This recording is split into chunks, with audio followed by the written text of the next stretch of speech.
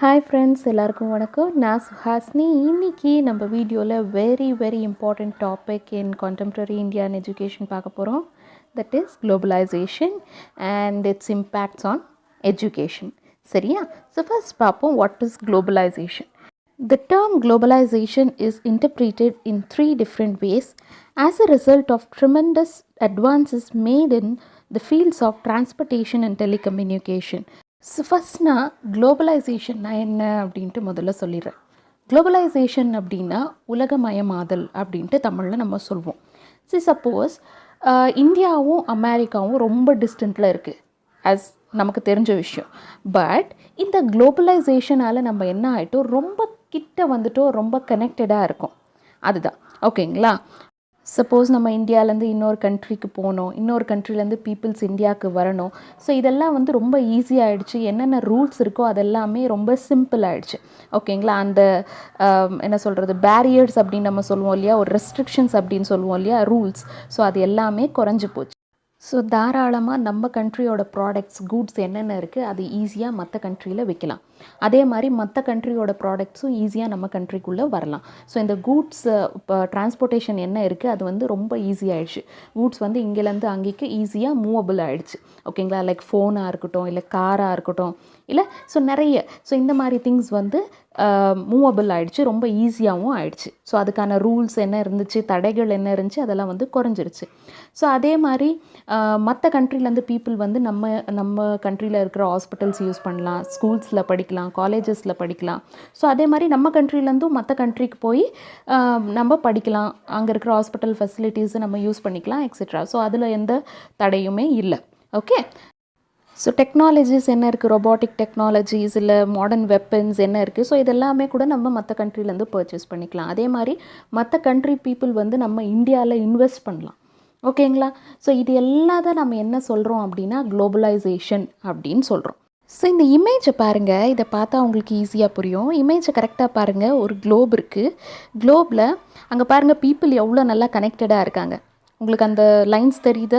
So இந்த கண்ட்ரிலேருந்து அந்த country, அந்த கண்ட்ரிலேருந்து இன்னொரு கண்ட்ரி. ஸோ அந்த மாதிரி பீப்புள் வந்து ஈஸியாக கனெக்டடாக இருக்காங்க. ஸோ இதை தான் வந்து நம்ம குளோபலைசேஷன் அப்படின்னு சொல்லுவோம். ஓகேங்களா. ஸோ நம்ம இப்போது இதை ஆக்சுவலாக ஒரு தியரட்டிக்கலாக படிக்கலாம். Shrinkage of virtual distance between nations has taken place, and hence the market for products and finances has globally widened. So அதை தான் நான் சொன்னேன். ஸோ நேஷன்ஸ் என்ன ஆயிடுச்சு, அந்த டிஸ்டன்ஸ் அப்படின்றது வந்து குறைஞ்சிருச்சு, ஷ்ரிங்க் ஆகிடுச்சு. ஓகே. ஸோ அதனால் இந்த மார்க்கெட் ஃபார் ப்ராடக்ட்ஸ், ஸோ பெரிய மார்க்கெட் ஆகிடுச்சு. ஓகே. ஸோ பெரிய மார்க்கெட்டில் என்ன ஆகிடுச்சு, ஸோ தாராளமாக அவங்களோட பொருளை வந்து நம்ம வாங்கிக்கலாம், நம்ம பொருளை அவங்களுக்கு வித்துடலாம். ஸோ குளோபலி என்ன ஆகிடுச்சு, வைடன் ஆகிடுச்சு இந்த மார்க்கெட். ஓகே. ஸோ அதுக்கப்புறம் restriction and regulation for export and import of commodities and ideas have been lifted by most of the nation, facilitating their easy to reach the market of other countries, allowing the dominance of capitalistic policies. So இந்த restrictions, regulations என்ன இருந்துச்சு இந்த export இம்போர்ட்க்கு, product எக்ஸ்போர்ட்டிங்க்கும் இம்போர்ட்டிங்க்கும், so அது எல்லாமே குறைஞ்சிருச்சு.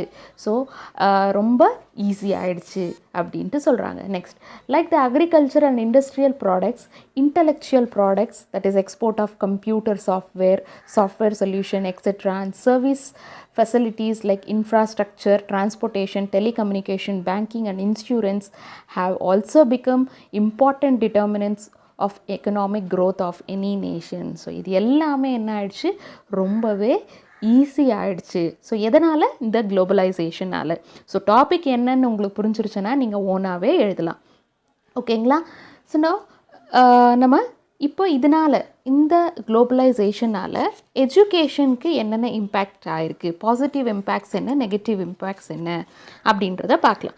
Same topic உங்களுக்கு childhood and growing அப்லேயும் வரும், what is globalization, but impact on child அப்படின்ட்டு வரும். ஓகேங்களா. ஸோ அதை நான் இன்னொரு வீடியோவில் அப்லோட் பண்ணுறேன். பட் இங்கேயும் அங்கேயும் அதே தான், குளோபலைசேஷன்னா இது தான். ஓகேங்களா. ஸோ நெக்ஸ்ட் நம்ம என்னென்ன இம்பேக்ட் அப்படின்றத பார்க்கலாம். Globalization has brought dramatic changes in all spheres of life, such as economy, technology, cultural phenomena, social aspects, etc.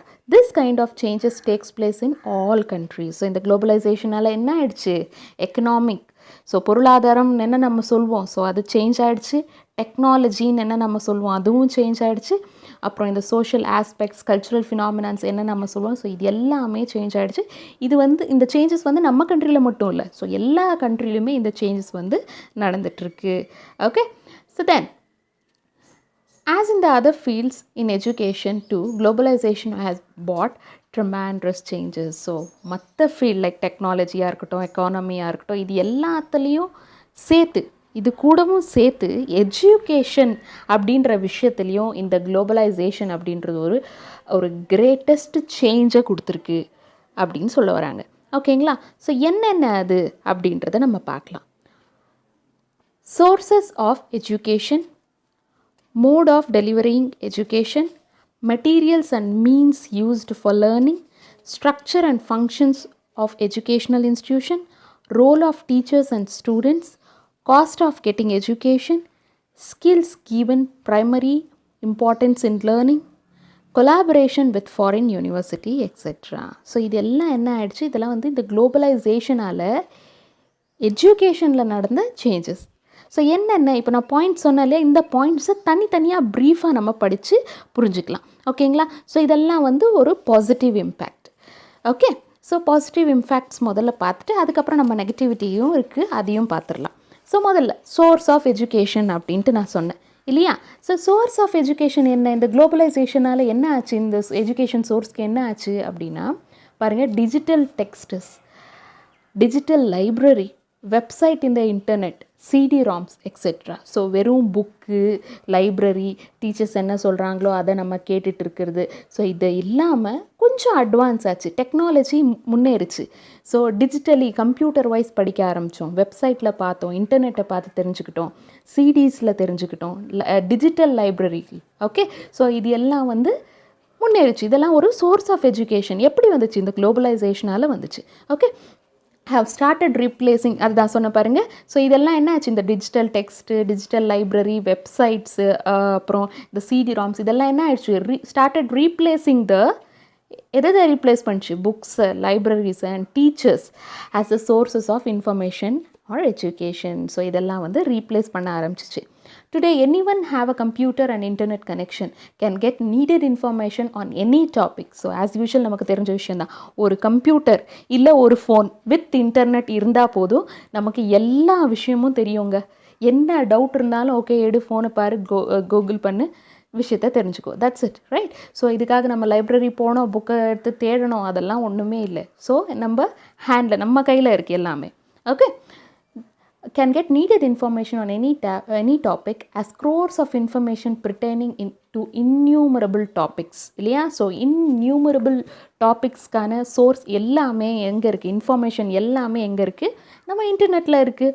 So studied from different angles are available in internet. ஆமாம், so இன்டர்நெட்டில் different ways. இப்போ ma'am வந்து அந்த டாப்பிக்கை பற்றி ஒன்று சொல்லியிருக்காங்க, okay fine, நம்ம போய் இன்டர்நெட்டில் பார்க்கலாம், அங்கேயும் சில டாபிக் கிடைக்குது. ஸோ தட் நம்ம என்ன ஆகிடும், நம்மளோட பிரெயின் கெப்பாசிட்டி இன்க்ரீஸ் ஆகுது, அந்த திங்கை பற்றி நமக்கு இன்னும் கொஞ்சம் நிறைய விஷயம் தெரியுது. சப்போஸ் நான் இப்போ இந்த வீடியோவில் குளோபலைசேஷன் பற்றி சொல்லிக்கிட்டு இருக்கேன். ஸோ போங்க, கூகுள் பண்ணுங்கள், குளோபலைசேஷனை பற்றி பாருங்கள், தெரிஞ்சுக்கோங்க, நம்ம இந்தியாவில் என்னென்ன ஆயிருக்கு இந்த குளோபலைசேஷனாலன்னு பாருங்கள். ஸோ நான் சொன்னதோடையும் சேர்த்து இன்னும் நிறைய விஷயத்த நீங்கள் தெரிஞ்சுப்பீங்க குளோபலைசேஷன் பற்றி. ஸோ அதுதான், ஸோ இது வந்து ஒன் ஆஃப் த கிரேட்டஸ்ட் அப்படின்னு சொல்லலாம். So source of education because of what, because of this globalization. சரிங்களா? நெக்ஸ்ட் செகண்ட் பாயிண்ட் பாருங்கள், mode of delivery of education. So source கிடச்சிருச்சு நமக்கு, மோட் ஆஃப் டெலிவரி, அந்த எஜுகேஷன் எப்படி டெலிவரி ஆகுது பசங்களுக்கு, ரைட்? ஸோ அதை பார்க்கலாம். Education provided through class room teaching, learning activities is slowly faded out. So class ரூமில் உட்காந்து படிக்க வைக்கிறது, லேர்னிங் ஆக்டிவிட்டீஸ் பண்ணி படிக்க வைக்கிறது, எல்லாம் என்ன ஆயிடுச்சு, ஸ்லோவாக ஃபேட் அவுட் ஆகிடுச்சு, குறைஞ்சிட்டே வந்துருச்சு. And giving place to online learning by students. So online learning அப்படின்றது வந்துருச்சு. ஓகே, அஃப்கோர்ஸ் இப்போ இந்த கொரோனாவில் நம்ம மோஸ்ட் ஆஃப் ஆல் இந்த ஆன்லைன் லேர்னிங்கை தான் படிச்சுட்ருக்கோம். இந்த ஆன்லைன் அப்படின்ற ஆப்ஷனும் இல்லைன்னா, though we have negative points. So அதை நம்ம அடுத்து பார்ப்போம் கடைசியில். இந்த ஆன்லைன் அப்படின்றதும் இல்லாமல் இருந்துச்சுன்னா, ஸோ படிப்பு அப்படின்ற ஒரு ஆப்ஷனே குழந்தைங்களுக்கு இல்லாமல் போயிருக்கும், ரைட்? ஸோ அதையும் நம்ம பார்க்கணும். Without any direct contact between the teacher and the students, it has become possible today to get education இல்லையா? ஸோ டீச்சரை பார்க்காமையே, நேரில் உட்காந்துட்டு டீச்சர் கூட உட்காந்துட்டு படிக்காமையே, ஸோ நமக்கு என்ன ஆயிடுச்சு, எஜுகேஷன் கிடைக்கிது.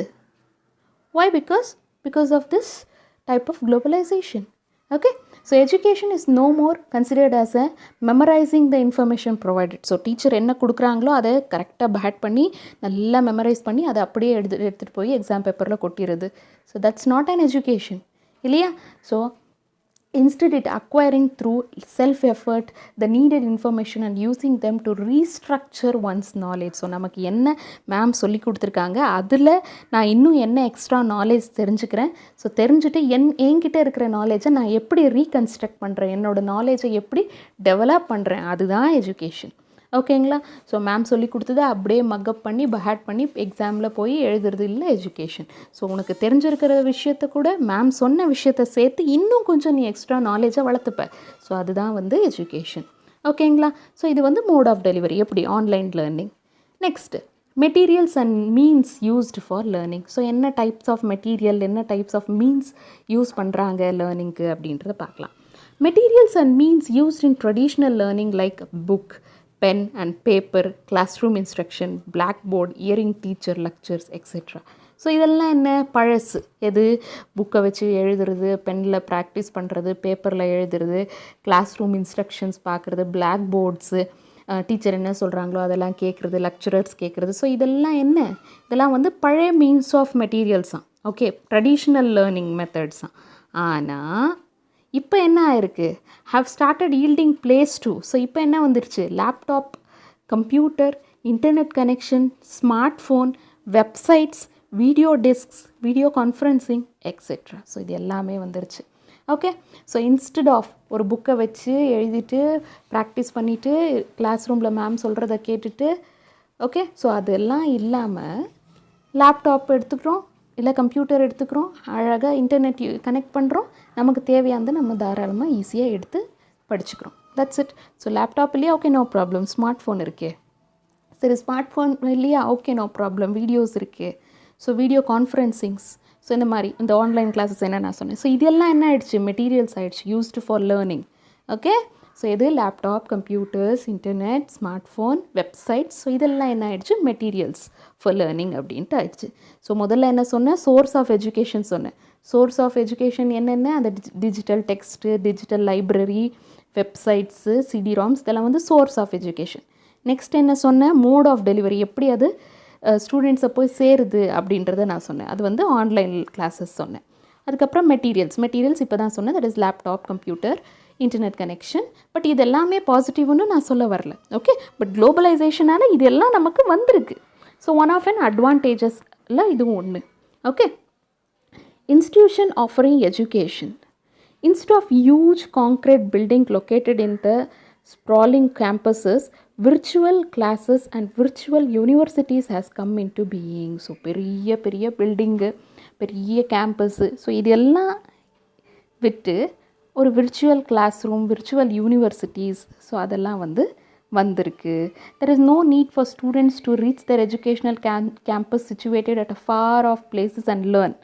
They can study the subject of their choices at home whenever it is convenient for them to do so. இல்லையா? ஸோ அவ்வளோ தூரம் நான் ஸ்கூல் போய் கேம்பஸ் போய் படிக்கணும் அப்படின்ற அவசியம் இல்லை. ஓகே, ஸோ எனக்கு இப்போ படிக்க தோணுது, ஓகே ஃபைன், நான் இப்போ படிக்கிறேன். சிட்டிங் அட் ஹோம், வீட்லேயே உட்காந்துட்டு படிக்க ஆரம்பிக்கிறேன். எனக்கு பிடிச்ச சப்ஜெக்டை படிக்கிறேன், எனக்கு பிடிச்ச நேரத்தில் படிக்கிறேன். ஓகே, ஸோ இதெல்லாம் என்ன ஆயிடுச்சு, குளோபலைசேஷனில் ஒரு பாசிட்டிவ் இம்பேக்ட் இது. Institution offering education. Next, role of teachers and students.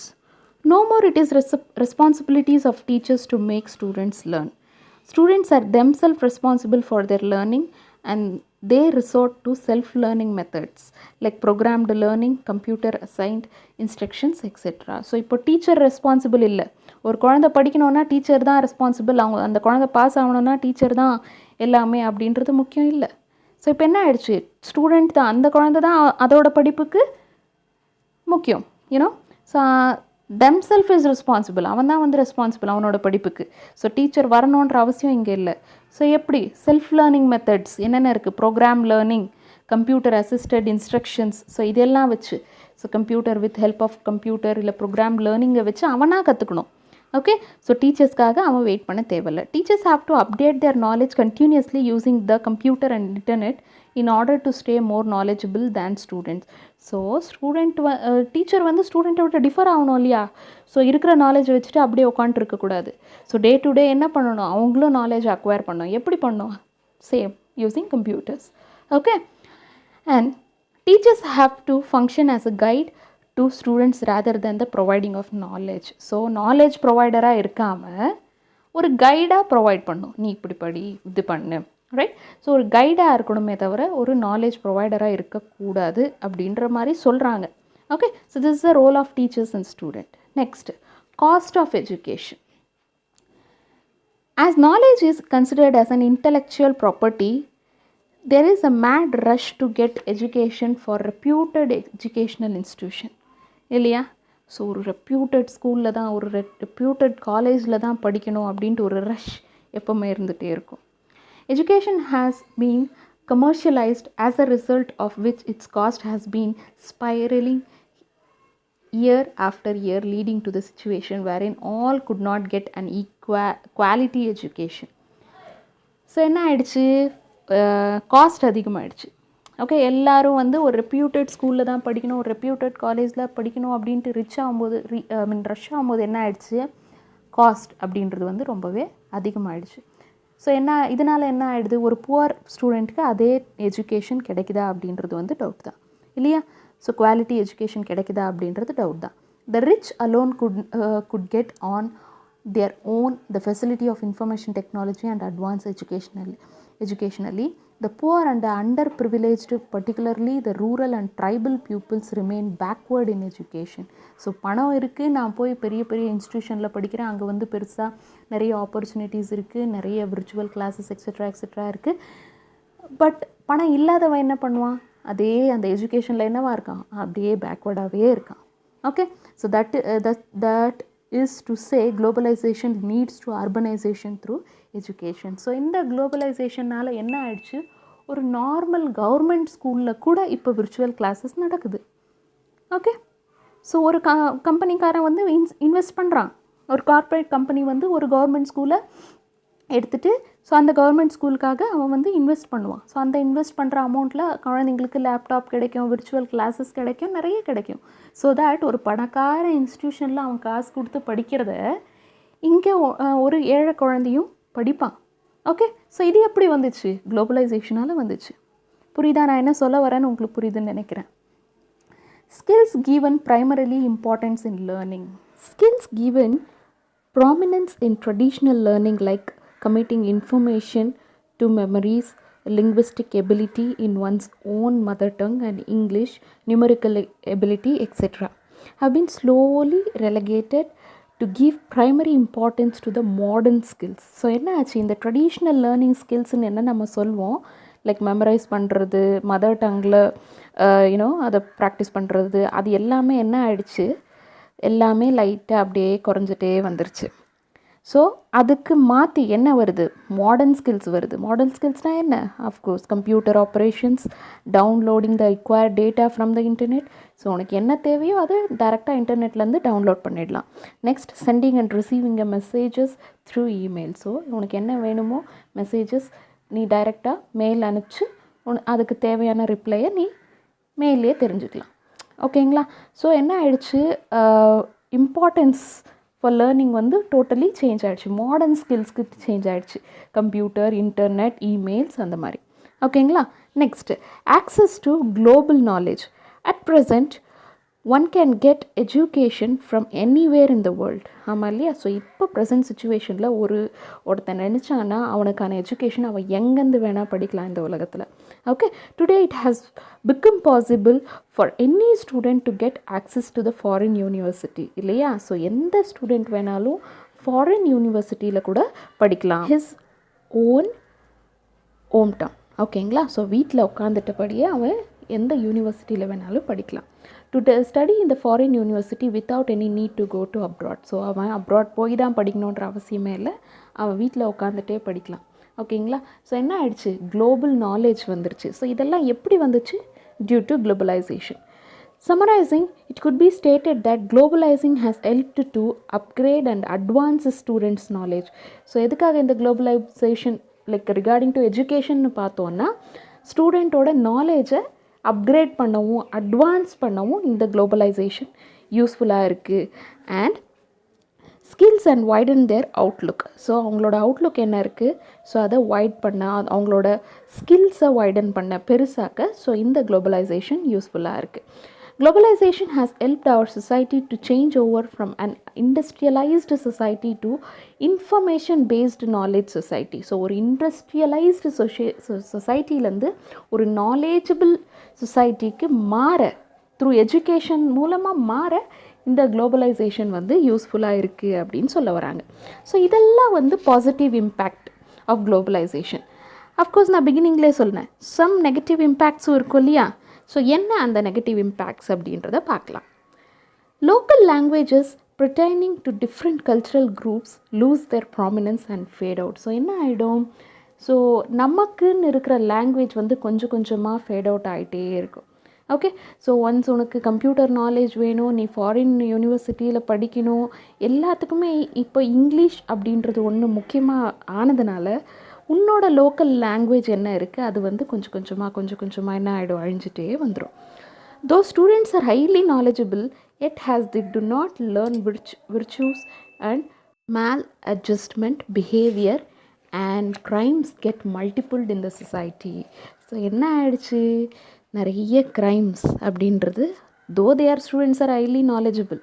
So ஆக்சுவலாக இப்போ தான் அந்த பிரச்சனையே ஆக்சுவலாக ஸ்டார்ட் ஆகுது. ஓகேங்களா, ஸோ நிறைய க்ரைம்ஸ் வந்து சொசைட்டியில் அதிகமாகிடுச்சு. Educated people develop global points of view and get attracted towards the western lifestyle. So என்ன ஆயிடுச்சு, மொத்தமாக இந்த குளோபல் நாலேஜ் வந்ததுனால என்ன ஆயிடுச்சு, வெஸ்டர்ன் லைஃப்க்கு நிறைய இம்பார்ட்டன்ஸ் கொடுக்க ஆரம்பிச்சிட்டாங்க. whereas uneducated become conservatives and sympathetic towards the terrorism. ஓகேங்களா, ஸோ என்ன ஆயிடுச்சு, ஃபுல்லாக அவங்க என்ன இந்த வெஸ்டர்ன் ஸ்டைல்ஸ்க்கு வந்து மாற ஆரம்பிச்சிட்டாங்க. The economic gap between the educated and uneducated get widen. So என்ன ஆயிடுச்சு, படித்தவனுக்கும் படிக்காதவனுக்கும் இல்லை இருக்கிற அந்த கேப் என்ன இருக்குது அது வந்து ரொம்ப அதிகமாகிடுச்சு. ஸோ இதெல்லாம் வந்து சில disadvantages, negative impact on education அப்படின்னு சொல்லலாம். ஓகேங்களா, ஸோ இதுதான் வந்து குளோபலைசேஷன். ஸோ ரொம்ப சிம்பிள் டாப்பிக்கை நீங்கள் புரிஞ்சிட்டிங்கன்னா நீங்கள் ஓனாகவே எழுதலாம். ஓகே, ஸோ வீடியோ கண்டிப்பாக உங்களுக்கு யூஸ்ஃபுல்லாக இருந்திருக்கும். வீடியோ பிடிச்சிருந்தா மறக்காமல் நம்ம சேனலை சப்ஸ்கிரைப் பண்ணுங்கள், பக்கத்தில் இருக்கிற பெல் ஐக்கானை கிளிக் பண்ணுங்கள். ஸோ அப்படியே உங்கள் ஃப்ரெண்ட்ஸ் எல்லாருக்குமே ஷேர் பண்ணுங்கள். வேறு என்ன வீடியோ வேணும்னாலும் எனக்கு கமெண்ட் பாக்ஸில் சொல்லுங்கள். ஃபைன் தென், தேங்க்யூ ஸோ மச்.